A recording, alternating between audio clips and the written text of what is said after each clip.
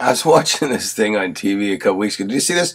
One of those news magazine shows where they interviewed a guy. Remember that plane that crashed in the 70s, that Uruguayan soccer team?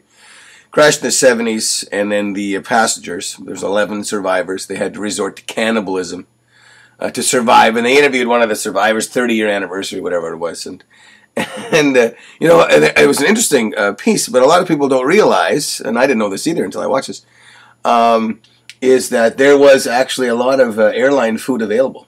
Yeah, they just, you know, chicken, fish, Bob's ass, you know. I don't know, is it a red or a white wine that goes with... Sorry, that's not even funny. But, you know, here's the problem. They interviewed this guy. He's a doctor now, which makes perfect sense. Because, you know, after the crash, I think he was 19 at the time of the crash. You know, obviously when he went to university and they asked him, you know, what he had some experience in, you know, anatomy, I guess. Just, I dabbled in a little amateur surgery. The thing is, he's a famous doctor now in Uruguay.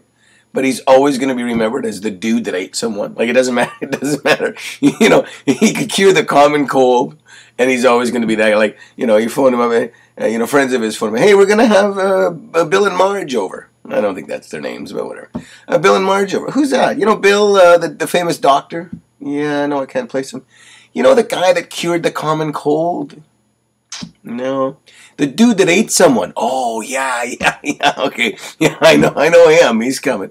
And imagine him, like now, with his wife's cooking, right? Let's say his wife throws something in front of him and he doesn't want to eat it, right? And his wife goes, well, you're not eating my meatloaf? I'm not crazy about it. Oh, so you'll eat some person's leg, but my meatloaf's not good enough. You're saying my meatloaf isn't as tasty as some frozen person's leg in the Andes. Is that what you're saying? I mean, the guy is just screwed for the rest of his life. And how do you decide who to eat and when to eat? If you're in a situation like that, now this is like 30 years ago or whatever, so obviously they don't have cell phones and the technology isn't as good. You don't know if there was a beacon on the plane that you know was engaged when they crashed, but they were in the top of the mountain, so they didn't know if anyone was coming. Like, when do you decide? Like, for me, I think if you crash in the morning before noon, I'd say by 8 o'clock, you know, dinner time. If I'm hungry, I'm digging in. I mean, here's the thing. You don't know when anyone's coming. Do you wait until you're so hungry that you can barely move? Or do you just decide, look, no one's coming. We might as well get, well, it's fresh, you know. and then the thing here's the biggest fear, right? It's like maybe 2 days in. And you've already decided to partake of one of the passengers, probably in coach. Maybe not like right at the back, because, you know, usually those are the, well, you know what I mean. You want someone right about in the middle, right? But anyway, you've decided. Can you imagine now it's like maybe 44 hours after the crash. You're now sitting around a fire eating one of your passengers, your flight mates. And then you hear someone coming to rescue you, you know.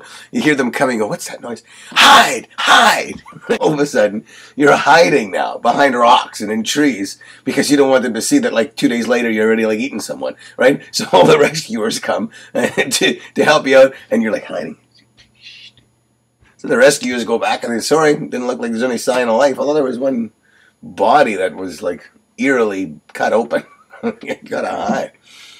But here, I think here's the biggest dilemma. How do you decide who to eat? This is to me. This is like, first of all, you're going to rule out friends and family right away. Okay, because you can't. I mean, that makes sense. And there was like 11 survivors, and I think like 100 and some odd dead people. So, friends and family, absolutely. And I would suggest that if you got to know someone on the plane quite well, because often you strike up a conversation, even a relationship with someone on the plane sitting next to you, I would say that then.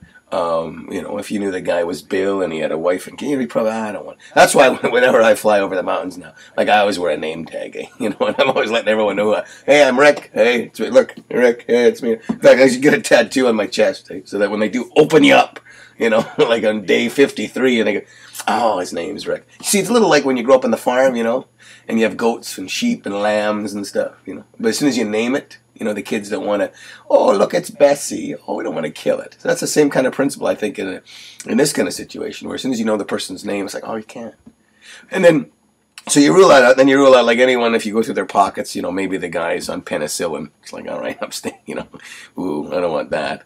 So you have to you have to really rule that out. But at some point, you find out stuff about the passengers. Maybe one of the survivors said, "Hey, that's Bob. He told me he was corn fed." So then maybe all right, that's pretty interesting. It's interesting that he would tell you that, but that's something that we should consider before we start, cutting into people.